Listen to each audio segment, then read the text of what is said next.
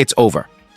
The wedding's off, she shouted during a heated argument, her laughter sharp, like it was just another tactic to assert control. You'll come crawling back like you always do, she said with a smug grin. But this time, I didn't fight back. I didn't beg. I just gave a quiet nod and walked out the door.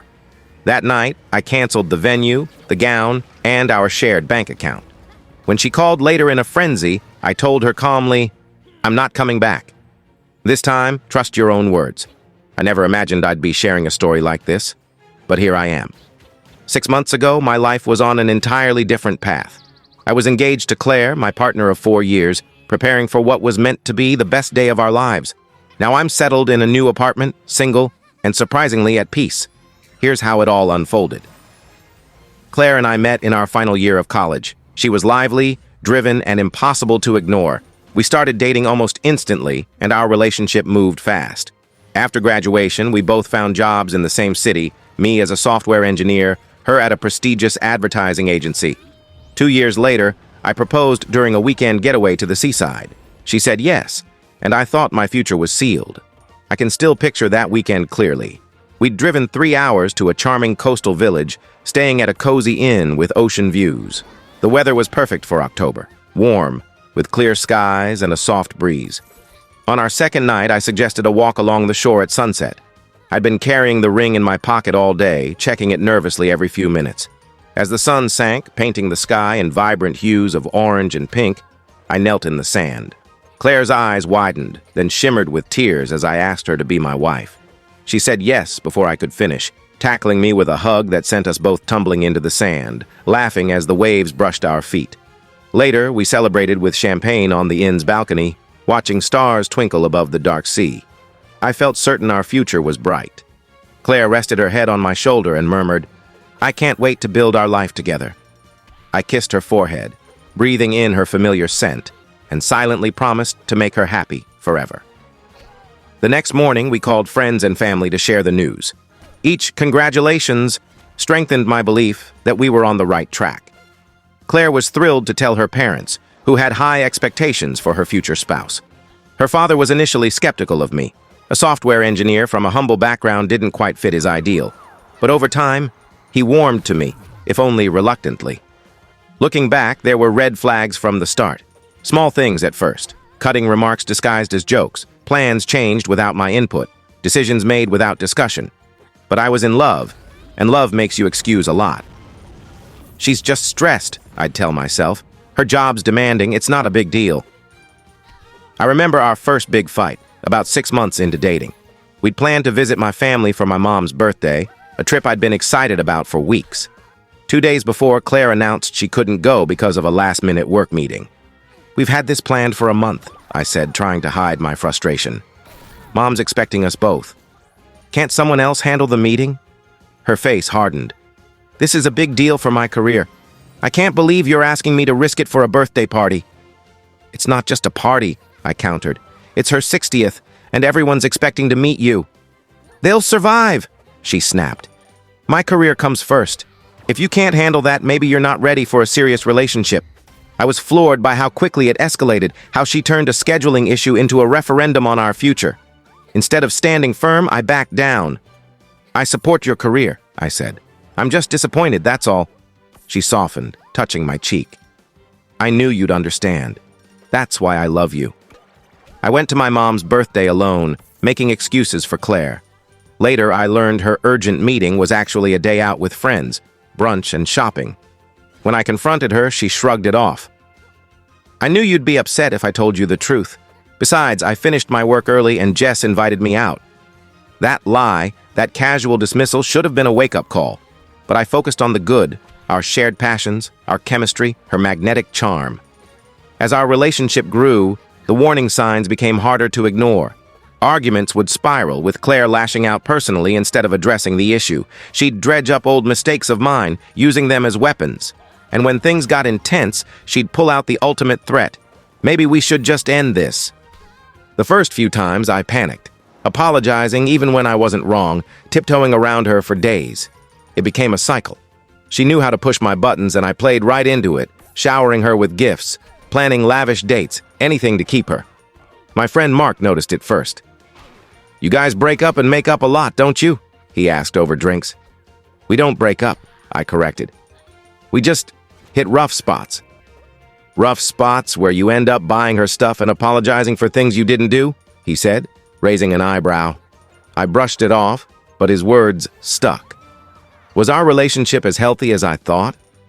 I pushed the doubts away, focusing on our engagement, which I saw as proof of our unbreakable bond. After the proposal, Claire dove into wedding planning with fervor, Pinterest boards, vendor meetings, bridal magazines. I let her take charge, offering input when asked, but mostly staying out of her way. When we discussed budgets, her vision was extravagant, far beyond our means. I suggested compromises, maybe a smaller venue or simpler flowers. Those talks often ended in fights. This is supposed to be our perfect day, she'd say, her tone accusing. Don't you want it to be special? Of course, I'd reply, but I also don't want to start our marriage in debt. She'd cry or sulk, and I'd cave, taking on extra freelance work to cover costs. But manipulation like that loses its edge over time. Each breakup threat felt less potent. I think Claire sensed this, which is why, after we got engaged, her threats escalated to, maybe we shouldn't get married. Same game, bigger stakes. The first time she threatened to cancel the wedding, we were arguing over the guest list. I wanted to invite a few work colleagues. She thought they weren't close enough. A simple discussion turned ugly, ending with her tearing up the guest list and saying, if this is how it's going to be, maybe there shouldn't be a wedding. I was crushed. We'd only been engaged a few months, and she was already pulling the plug. I spent a week groveling, agreeing to her guest list, sending flowers, even looking into couples counseling. She eventually forgave me, and planning resumed. But something shifted in me. I started questioning if this was the life I wanted. I told myself it was just wedding stress, that all couples hit bumps. But the threats kept coming, over the venue, her designer dress, even whether my cousin could be a junior bridesmaid. Each time, the cycle repeated: threat, panic, reconciliation, uneasy peace. But my panic faded, and my frustration grew. I began to wonder what life would be like if she meant it one day. Would it really be the disaster I'd feared? The breaking point came 8 weeks before the wedding. Most major details were set: venue, catering, guests, but the stress was relentless. The fight that changed everything was absurdly trivial. Napkin colors, I wanted navy blue to match our theme. Claire insisted on a pricey silver shade. It was a minor detail, but that night, it became a battleground. We were at our dining table, surrounded by planning binders and fabric samples. The sun had set, casting the room in dim light. We'd been at it for hours, my brain foggy from endless decisions about fonts and menus. Claire, though, was energized, thriving on the details. These silver ones, she said, pushing a swatch toward me, they'll shine in photos. They'll stand out. I glanced at the price. They're 3 times the cost of the blue ones that match our theme. Her eyes narrowed. The silver will look better. I've researched this. I'm sure they will, I said. But we're already over budget. Maybe we can save here? You don't get how important this is, she snapped, her voice rising. This is why I'm handling most of the planning. I'm trying to understand, I said. But we're $20,000 over budget already. She scoffed. If you earned more, this wouldn't be an issue. That hit hard. I'd recently missed a promotion and she knew it stung. That's not fair, I said quietly. This isn't about my income, it's about making smart choices for our future. Our future? She laughed coldly. I'm starting to wonder if you're even committed to this wedding. To us. I felt the familiar dread, but this time, I was tired of the script. What's that supposed to mean? I asked, holding her gaze. She stood, slamming her binder shut. It means if you can't support my vision, maybe there shouldn't be a wedding. I sighed, strangely calm. Claire, this is about napkins. We're done, she shouted, her smirk betraying her confidence that I'd cave. Wedding's off. You'll come crawling back, like always. She turned away, expecting me to chase her. But in that moment, I saw everything clearly. The fights, the threats, my constant concessions. I saw our future, years of this same struggle, the wedding just the start. Something broke inside me, not anger, but clarity. I didn't argue, I didn't plead. I nodded and left. That night, while Claire was out, I made 3 calls. First, to the venue, canceling our booking and forfeiting the deposit. Are you sure? The coordinator asked. This happens sometimes, but I'm sure, I said, It's the right call. Second, to the bridal shop, where Claire's extravagant gown was still being paid off. We're canceling the wedding, I told the consultant. I'll settle the balance and arrange for her to pick it up. We can store it for 30 days, she said after a pause. I paid the remaining cost, wincing at the amount but knowing it was right. Third, to the bank, to close our joint wedding account. Both account holders need to be present, the banker said. It's urgent, I replied. After a brief hold, he approved, and I withdrew only my contributions, leaving Claire's share intact. By midnight, the apartment felt foreign, filled with relics of a life I was leaving behind. Wedding magazines, save-the-date cards, photos of us. I packed my essentials into a duffel and backpack, leaving most shared items behind. They were just objects. Freedom mattered more. I left a note on the counter. I'm safe. I'll be in touch to discuss next steps. Then I walked out, the night air crisp and freeing. I texted my brother, Dan, asking to crash at his place. His reply was instant. Doors open. Guest rooms ready. Talk tomorrow. The drive to Dan's was surreal, the empty streets a blur. I collapsed in his guest room, exhausted but unburdened. The next morning, I woke to 17 missed calls and 32 texts from Claire. Angry, then confused, then panicked. I sent a brief reply, I'm safe, at Dan's. We need to talk, but I need time. Her response was frantic. Why aren't you answering? Why's our account closed? I didn't reply. Dan was supportive, offering his guest room indefinitely. Over breakfast, he said, I'm not shocked. The last few times I saw you two, you seemed off, like you were always checking her reaction. Why didn't you say something? I asked. Would you have listened? He said. Love blinds you. He was right. I spent the day walking the city, replaying our relationship. The ignored red flags, the eroded boundaries, the loss of my self-worth. It hurt, but it was necessary. In a park, I watched families, couples, friends, relationships of all kinds. I wondered where Claire and I went wrong. Could we have been one of those happy couples decades from now, or was our foundation cracked from the start? That evening, I called Claire and suggested a coffee shop meeting. Why not come home? She asked, her voice small. Neutral ground's better, I said. She agreed reluctantly. At the cafe, she was waiting with 2 coffees, my usual dark roast, a small gesture that stirred old feelings. She looked tired, torn between worry and irritation. What's going on? She demanded. I've been freaking out. I've been thinking, I said calmly. About us. The wedding. Her face softened, expecting reconciliation. I know I overreacted. The planning's just... I canceled the venue, I cut in, and paid off your dress. You can pick it up anytime. She stared, stunned. Why would you do that? Because when you said the wedding was off, I realized you might be right. That was just an argument, she said, her voice rising. People say things they don't mean. But I think you meant it, Claire. Maybe not consciously, but deep down, you knew we shouldn't get married? She shook her head. One fight doesn't mean... It's not one fight, I said. It's years of this pattern. News of our split spread fast.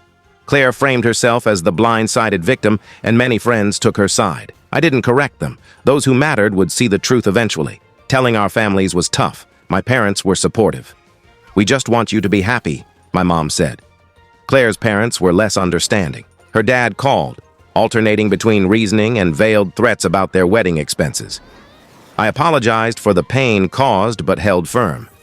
In the weeks after, I rebuilt my life. New apartment, renewed focus on work, reconnecting with old friends. Some nights, loneliness hit hard, and I questioned my choice. But those moments faded. 2 months later, I ran into Claire at a restaurant. She was with friends laughing, but approached me when she saw me. You look good, she said, a bit reluctantly. So do you, I replied. I'm seeing someone, she said, watching for my reaction. He's a senior partner at work, doing really well. I'm happy for you, I said sincerely. She frowned, expecting jealousy. And you? Dating already? Not yet, I said. I'm figuring out what I want first. She paused, then said, I still think you made a mistake. We could have been amazing. Maybe, I said, but not the way things were. She returned to her table, and I felt a surprising sense of closure. The lingering anger dissolved, replaced by calm acceptance. It's been 6 months since our would-be wedding day. I think of Claire occasionally, but without regret. I heard her new relationship ended. She tried her ultimatums again, and he didn't bite. I felt a pang of sympathy, but also relief in my decision. Life doesn't always follow the script. Sometimes the best day isn't the one you planned, but the one where you find the strength to walk away from what's wrong. It took 4 years and a canceled wedding to learn that, but I'm grateful. I'm dating again, carefully. I'm more aware of my boundaries, attuned to red flags I once ignored. And I'm no longer afraid of being alone, because being alone is better than feeling lonely with someone beside you. If you're stuck in a cycle of manipulation, know you can break free. It's painful, but on the other side is a life that's yours again. That's worth everything. Thanks for reading my story. To those asking about logistics, I lost the venue deposit, a price I paid for freedom. We returned the few early gifts we'd received. Some say I overreacted, but it wasn't about napkins. It was about years of emotional control finally becoming clear. A month ago, Claire emailed me, apologizing for her behavior. She's in therapy, confronting hard truths. I'm wary it's another tactic, but I hope she's growing. We met for coffee recently and it was civil. We won't reconcile, but maybe we can be cordial someday. I've started seeing someone new. It's early, but it feels different. Disagreements don't feel like disasters, and I love you isn't a weapon. Life moves forward, often better than you ever expected. Thank you for watching my story. If you enjoyed it, please subscribe and press the bell icon. Stay tuned for more real-life stories, get more experiences.